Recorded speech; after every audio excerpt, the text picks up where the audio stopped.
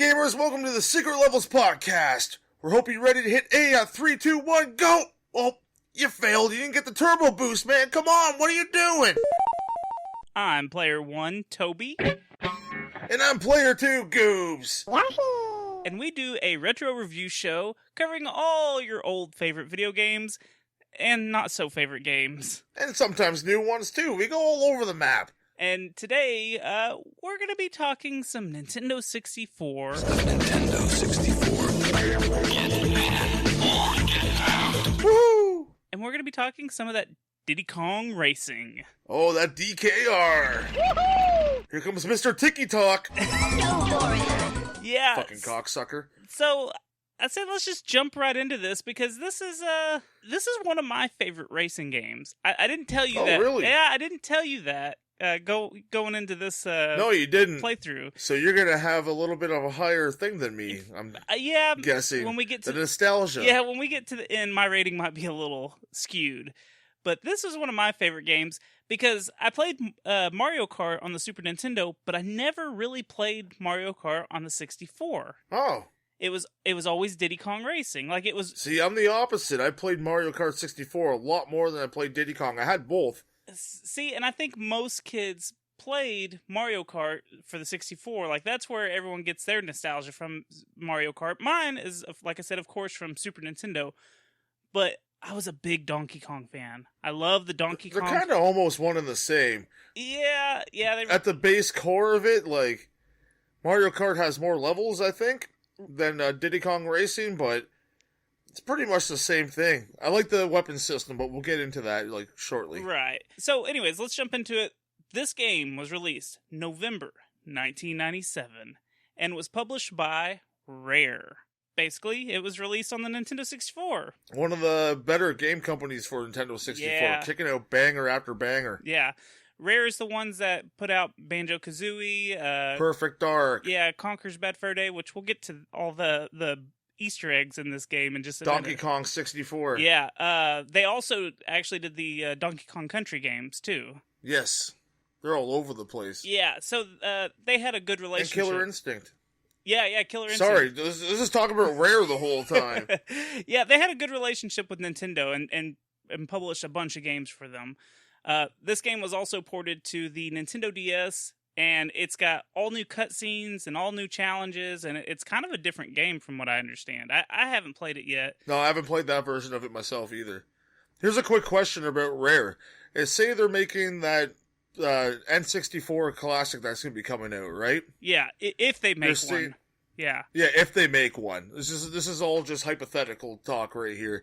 Do you think that they're going to have Rare games on it? Gosh, it'd be a shame if they didn't because Rare published so many of the good games for the 64. Yeah, especially for their like first party characters too. Yeah. Like if it didn't have Donkey Kong 64 on it, like why even bother having Mario 64, I would say. Yeah, I'm right there with you. I think both should be on there because they're Nintendo mascots, you know? And they probably can't get the license for GoldenEye to have that on there, but they could probably easily get Perfect Dark if Rare's a part of it. Right, yeah, and you know, that would be a suitable replacement. It wouldn't be a great replacement, but you know, it's the best replacement you can have for GoldenEye. Well, you have some GoldenEye levels in it that you can play on, so you have Facility on there and a couple other places, so... Right. It's as close as you're going to get, because there's no way they're going to get the rights to GoldenEye. Right. So, this game is one player for the main story, but you can do up to 4 players in the races and the battle. Yeah, the battle arenas. So, this is a racing kart game.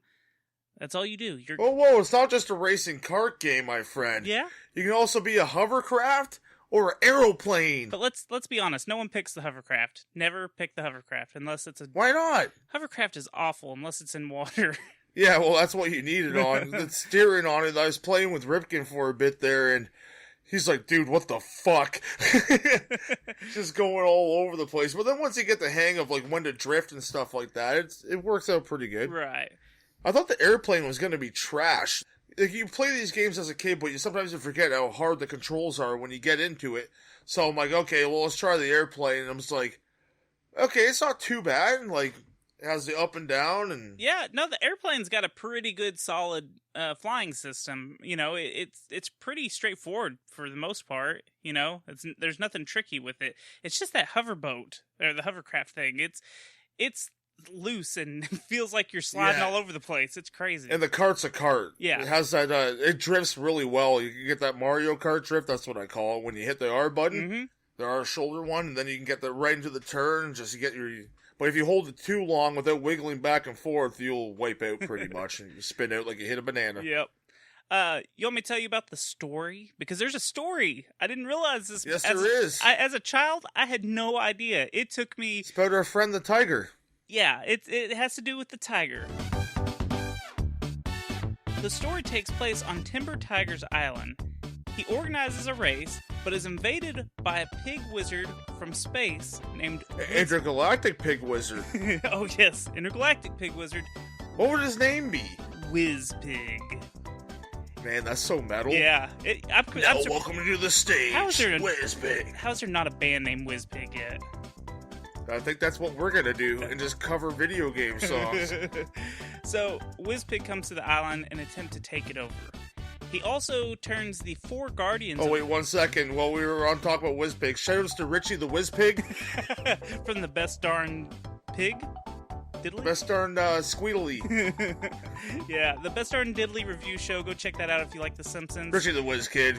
We know he listens, so I was just fucking razzing. But now he is the Whiz Pig all the from time. this moment forward. Yeah, he's Richie the Whiz Pig.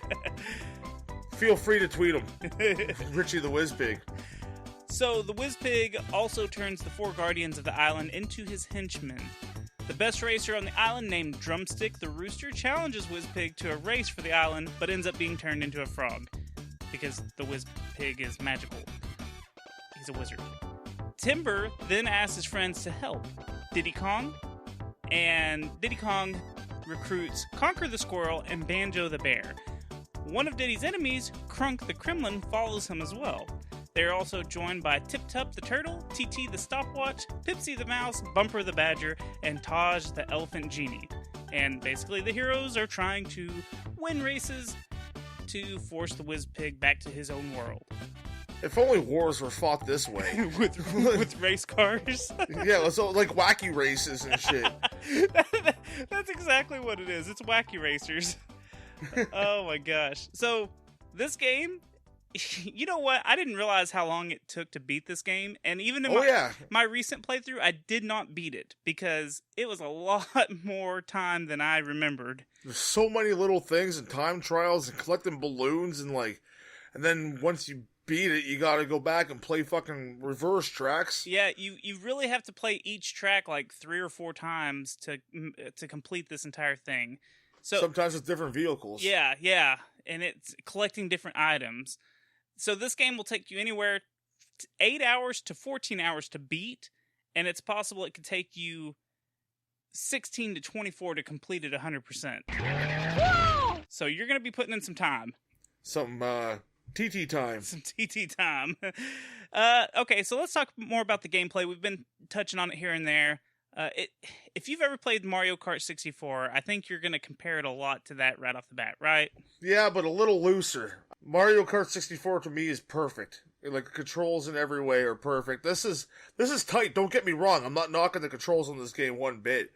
It's tight, but it's just not fully there for me compared to Mario Kart 64.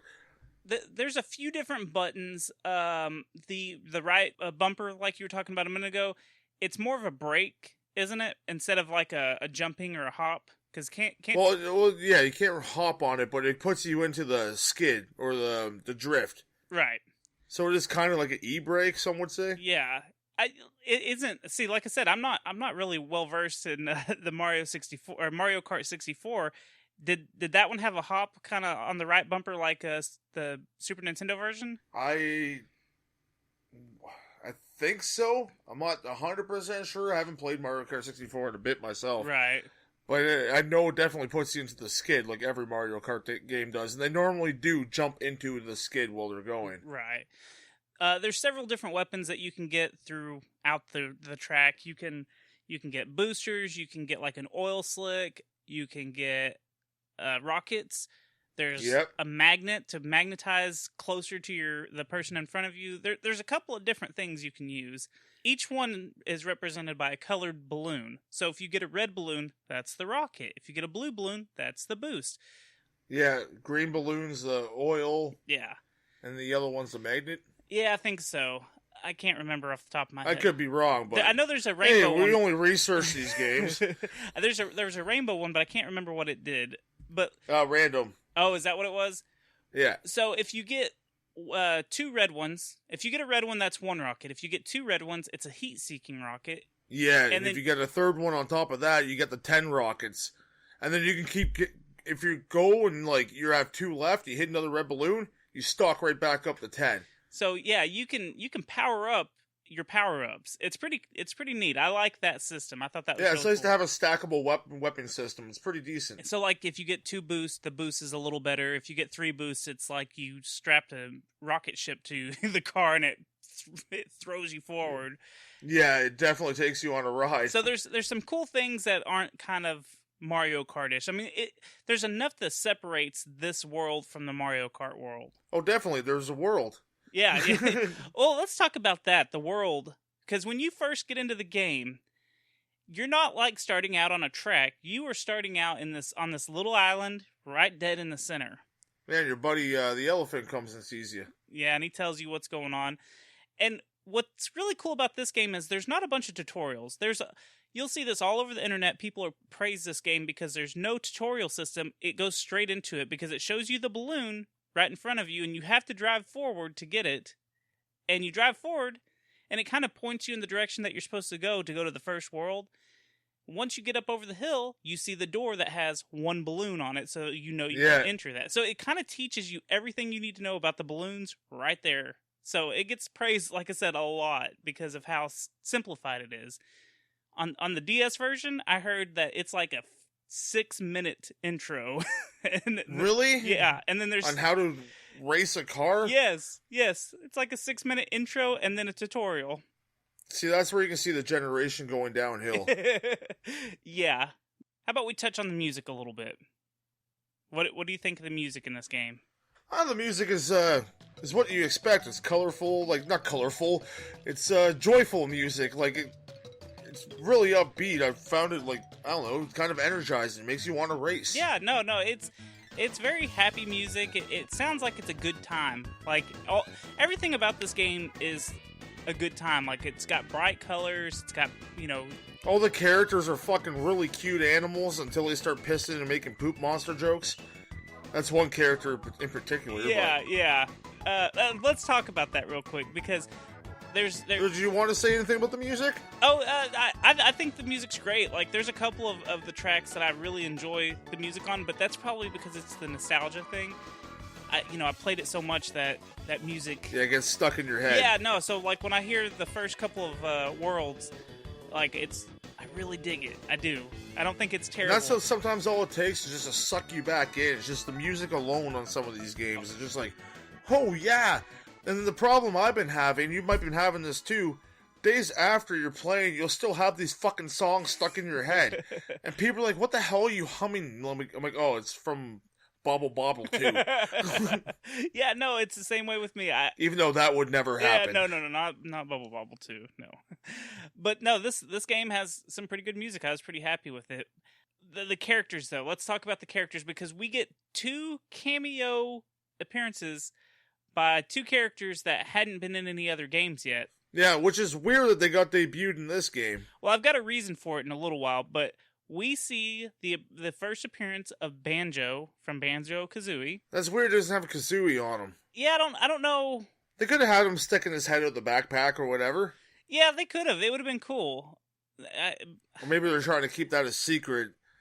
They gave us enough of a heads up by releasing him on the game. Well, this will run into my fun facts that I have, but the reason that they ended up putting this game out was because Banjo-Kazooie was getting pushed. It was supposed to be out that Christmas. Yeah. And they had to push it, so that's why this game came out. So they included him as like the, hey, here's this character. And then we also got Conkers. That's a really yin and yang right there, eh? Well, Conkers actually started out as very kid-friendly. They did have a game, I believe they had a Game Boy released video game. Yes. And he's super nice and super sweet, and then all of a sudden he had a bad fur day, and he's never been the same since. Which, I've never got to play all the way through Conker's Bad Fur Day. I've never... Oh, really? I've only played about a quarter of it, if even that. It's something else. It really is, like, pissing on things, like, when you're a cute little squirrel, it's like, what the hell? Yeah. It really pushed the genre, though, so... It's still surprising to this day that Nintendo let that fly. Yeah, I have a feeling that one won't be on the N64 if they re-release that, or if they make the mini. Yeah, that's a good point. Well made. How many characters are there? There's 8, right? And yeah, there's hidden ones as well. Yeah, there's a couple. So you can be TT, you can be the rooster that was talked about in the early on. Now, see, I couldn't remember. There's something about him being a frog, and you have to run it over, and then he's a playable character. But I couldn't remember how to get him to unlock, and I didn't want to look it up. I was trying to figure it out on my own. No, neither could I. I was just like, yeah, no, that's not happening in this playthrough. But yeah, I think all the characters play about the same, don't they? There's nothing significant. No, there's nothing different. Like, there's no weight differences and stuff like that. As I noticed, there could be. Yeah, Drumstick. Oh, you got Pipsy, the little, like, koala bear looking thing. Yeah. Drop Bear. You gotta watch out for her. They have gonorrhea. Which what koala bears do, it's a fact. Is it really? I didn't know that. The more you know. know. No, it's not gonorrhea. Maybe it is gonorrhea. They have some kind of STD if they pee on you. Ew. Yeah, they're not so cuddly, are they? No way. I could be totally wrong, but anyways, you can play as that stupid, annoying clock that we talked about, TT. Go for it! My character I rocked, I was always Tip Top.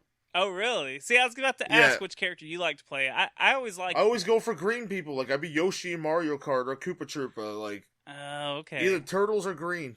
Yeah. See, I always just played with Diddy. I was a big fan of the Donkey Kong series, so of course I'm going to be Diddy. No, that's lame. Oh, man. To each their own. It's 2018. You can be with the monkey if you want. I'll be with my turtle. I want to tell you the fun facts. Yes, let's hear these facts of fun. So, after the development of Killer Instinct 2, which I think was only available on in the arcade, the Rare team split into 2 different groups to work on different games.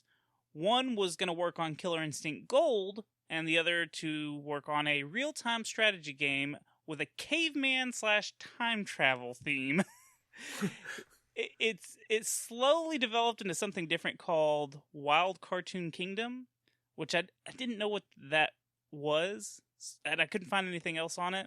Yeah, it's weird that there's no developmental stuff or anything from it. Yeah. Because sometimes you'll find someone will have the level saved somewhere and they'll release them later on down the road and just to show this is something we were working on. Right. Well, this game ended up getting altered into an unrelated follow-up, which makes no sense to me, but it's an unrelated follow-up to the NES game RC Pro-Am. So I think it was just like a successor to it. Like, it was just kind of a tribute to it, I guess. But they were going to call it Pro-Am 64. Okay, so like a Sight Bike 64. Yeah. It's supposed to be similar enough, I guess. I don't know, but it was supposed to be Pro-Am 64. And wasn't there something about Walt Disney World game and there somewhere too? Yeah, that was that Wild Cartoon Kingdom thing. Oh, okay. See, I couldn't find a whole lot on it, but there was something to do with Disney for a hot minute. So, like I was telling you a minute ago, Banjo-Kazooie wasn't supposed to come out until later that year. It got pushed to summer 1998, and Rare still needed their 1997 Christmas release.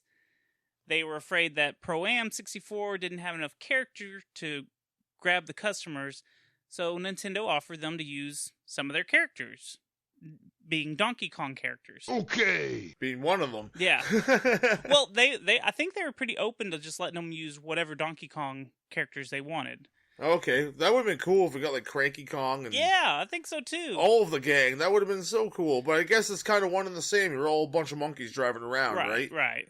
So they ended up picking Diddy Kong, and they actually picked Diddy Kong because it was their character. They created Diddy Kong when they created when they developed the Donkey Kong Country games for the Super Nintendo. They created Diddy Kong. Yeah. So they were like, okay, this is our character. We feel more comfortable using him rather than Donkey Kong. And in the original Pro-Am 64, Timber Tiger was going to be the main character of the game. It wasn't going to be shit. Diddy, yeah. So Timber is actually your hero and not Diddy if you play it the correct way, I guess. Yeah. Good old Timber Tiger. Yeah. I can't believe they thought that he was going to take off as a mascot. Like, he's so generic. I know, yeah. Like, most of the characters in this game are very generic. Like, you just look at it, it's like, oh, yeah, you're a cute thing. That's it. Nothing really much to them. You know, it really goes to show that the three characters that shined in this game actually had, like, the most character to them. Like, Conker's, you know, wearing a t-shirt. Well, I guess they were all kind of wearing clothes and stuff, huh? I was going to say maybe it had to do something with the... I don't know. But they are pretty generic, you're right. Yeah, Timber doesn't have a shirt. Tip Top doesn't. He's naked. Well, Timber has a hat, I think. Yeah, he has a hat on. No shirt or pants in the picture I see. Tip Top has nothing on. The clock's a clock. That clock should have got its own game. Pipsy has like a little sailor suit on. Yeah. Drumstick wears overalls. Like, See, yeah, they have a, something. Yeah, I was trying to maybe come up with a theory. Oh, Conker has no pants on, though, so... Well, he's got shoes and a zip-up hoodie. It's easier to pee and poop on stuff, you know? So, there I am. King. King of all the land. So in the early development of the game, bananas that you... Oh, here's a fun fact. Get bananas. It helps speed you up during the race. You get up to 10... Yeah, kind of like coins in... I'm referring everything back to Mario Kart in this game.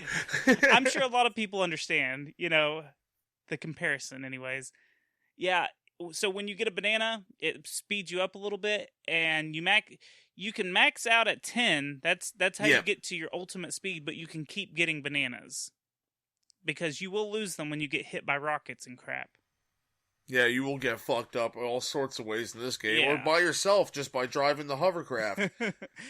So, the bananas were actually rare coins with the rare logo on them in early development, which is funny because if you look around the maps and stuff when you're driving around, Rare put their symbol everywhere. Yes, they sure did. They wanted you to know you're playing a Rare game. It's a rare find. Yeah. But not to find their logo in this game. So Crunch, the crocodile, the character's original name was Crash, spelt with a K, and, you know, obviously was probably changed because of Crash Bandicoot. Oh, definitely. And then just like throughout the game, in the development, like they had released VHSs and stuff showing off some of the levels and stuff. Apparently they changed some of the maps names, like when you go into the races. Like Star City was originally called Twilight City, and lots of sparkly vampires there. That's right. I mentioned that for you. I know that's your favorite movie. Oh yeah. I've never watched that. Teen Jacob. I wish I could remember. Team Diddy. Yeah, Team Diddy. Edward. It would be Edward. I've never watched the movies either, I swear. I was trying so hard to complete your joke and say Team Edward, but I missed it. I couldn't remember the damn guy's name. I'll set myself up and take the punchline. But yeah, so there's actually a couple of if you look into the files of the cartridge, you'll find that there was some unused maps and just a bunch of unused textures and stuff like that. So they had plans for more in the game. So I don't know. There might be a ROM out there you can download that has like someone extracted all that stuff. Yeah, there is. But all the levels are incomplete. So basically, you just drive around in circles, and the rest of the racers don't know which way to drive. So they just kind of drive off the map. It's funny. It'd still be cool to kind of see them. Yeah, if you're a huge fan of this game, like you are, like. If there was, like, unplayed Mega Man levels that we somehow came across, even if they were uncompleted or not, we'd still play with them. Oh, yeah. Hell yeah, we would. But, yeah, that's all I got for fun facts. Is there anything else we should touch on? Because I can't... It's pretty much just a straightforward racing game. It's a lot of fun. Like, I'm not trying to bag on this game at all, even though it sounds like I am during this episode. But it's not Mario Kart, I'll say that again. But it pretty much, you got a good story, you got places to go around, and it is what it is. It's a lot of fun. And you can normally find this game on the cheap. I picked it up last summer for $15. Yeah, it is a fairly cheap cartridge.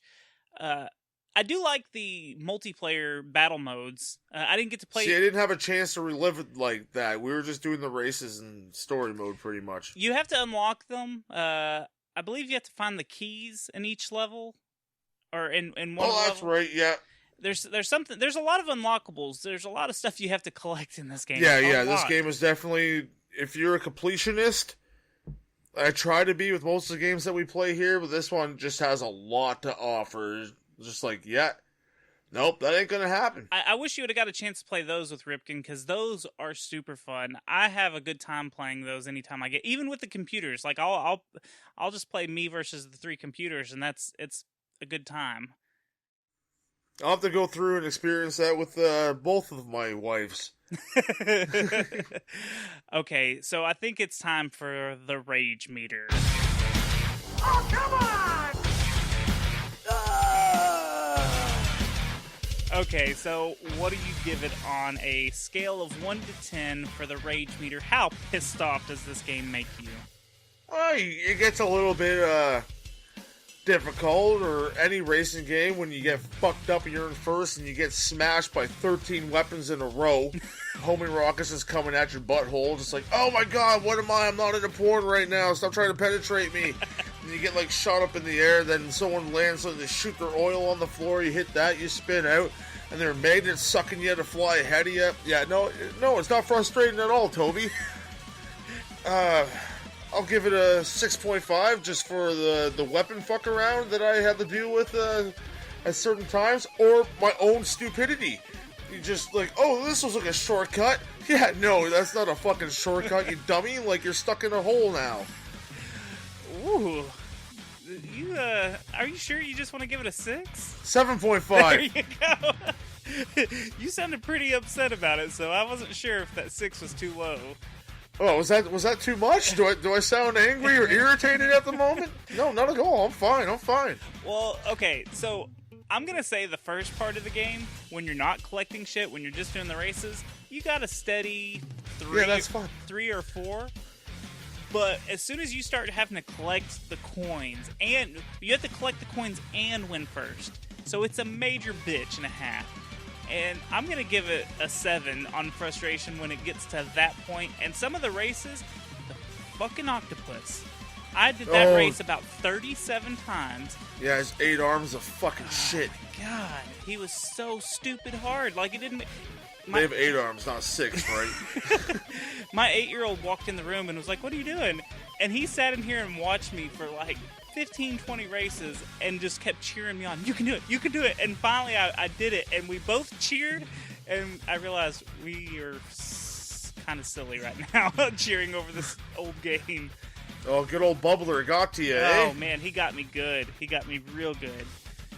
That was the last one I did get to complete. That stupid fourth... I love the name of the walrus. He's purple and his name is Bluey. Oh yeah, I guess we should say that real quick. Each level has, each world, there's 4... Sorry, I cut off your rage meter. We'll finish that, then we'll jump back on. What'd I say? I'd say about I'd say a 7. I would say a 7. Solid 7. Yeah, we'll say a solid 7. I started at 6.5 and you convinced me to go higher. Well, you sounded really pissed. I was just pissed at the coins and the octopus. That stupid octopus. I was pissed at a lot more than that. Yeah, so 8. So we forgot to say at the end of each world, like when you finish all the races in the world, you get to do the boss battle, which is one of the... If you have enough balloons. Yeah, you have to have enough balloons to get to the boss, and then you race the boss of that world, and there's the walrus, there's the rhino, the octopus... The Triceratops. Oh yeah, that's what he is, Triceratops. And there's one more, what is he? It's a dragon. The stupid... Smokey the Dragon, Oh my man. god, I forgot. That's the other one that ticked me off, too. And then you get... He's fucking high in the sky, man. Smokey the Dragon. And then, of course, you get Whizpig, which we never got to. Overall, though, what kind of rating do you give this game? I'll give it a 6. Ooh, that's low. See, I'm gonna give it... Knowing where I would rate Mario Kart, like, I'm throwing this all... They're kind of... I don't know, man. To me, it's like I'd rather be playing Mario Kart. Yeah. I'm playing a racing game. I understand. You got more nostalgia for Mario Kart. I'm going to give this an 8 because I don't really care much for racing games. Like, it really has to be a special racing game. And it could be that I played this a ton because I didn't have Mario Kart and I had Diddy Kong. So I'm giving it an 8. I love this game. Someone didn't like you. I really enjoyed it. I don't know. It was fun playing through it again. It is a good game at the end of the day, but I'm putting it like other things I've rated games and stuff in the past. Like, I'm starting to try to pay attention to that stuff now. Like, where would I put that compared to the other stuff I've rated? Right. Hopefully we'll get to play Mario Kart one day, and I'll get to Mario Kart 64, and I'll get to experience that, and maybe I'll be able to really compare the shit two. all over it. And, well, you never Conker know. did this better. Playing Not Mario, Conker, Diddy.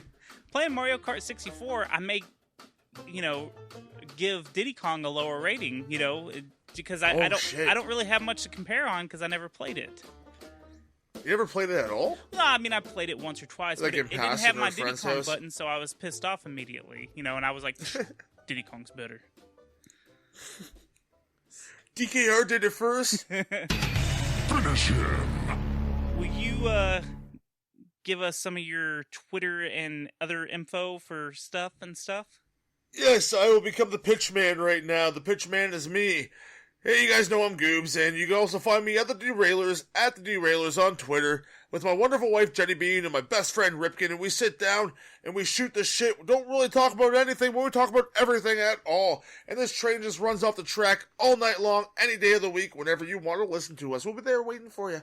We'll make you a little cozy spot on the train. You can lie down, put your feet up, and, have a little expensive alcohol beverage. You can do that. And you can also follow something else I do on Twitter at WrestleNerds. Go there, click on that, find them on YouTube, Derailed Wrestling. Me and Ripkin sit down, make an expansive roster of CAWs on WWE 2K18, and we have the storylines all made up. We do the commentary, we do the action, we just do a lot of fun, and you come watch some great wrestling, folks. It's better than the action. You can come get some expensive little alcohols there, too. Why not? What about you, Player One, Toby? Well, I am part of the Secret Transmission podcast. We cover. Do you know what your show covers? I don't know. I forgot. Government erased his mind. That's right, because we cover the supernatural. We cover serial killers. We cover conspiracies. We cover the paranormal, cryptids, all kinds of spooky stuff. We do it with a satire sense of humor. I won't say that we're funny, but we think we are. I don't know. It's a weird thing. My mom says you're funny. Tell her thank you again. You can find us on all the major podcasting platforms, just like the show. And you can find that show at Secret Transpod on Twitter and Instagram. And you can also find Secret Levels on Instagram and Twitter at Secret Levels Pod. Make sure you're following us. We'd appreciate that. Yeah, do that. Follow us and send us hugs. Yeah. We like hugs. Now remember, everyone, make sure you turn off your console so it doesn't overheat. Game over, folks!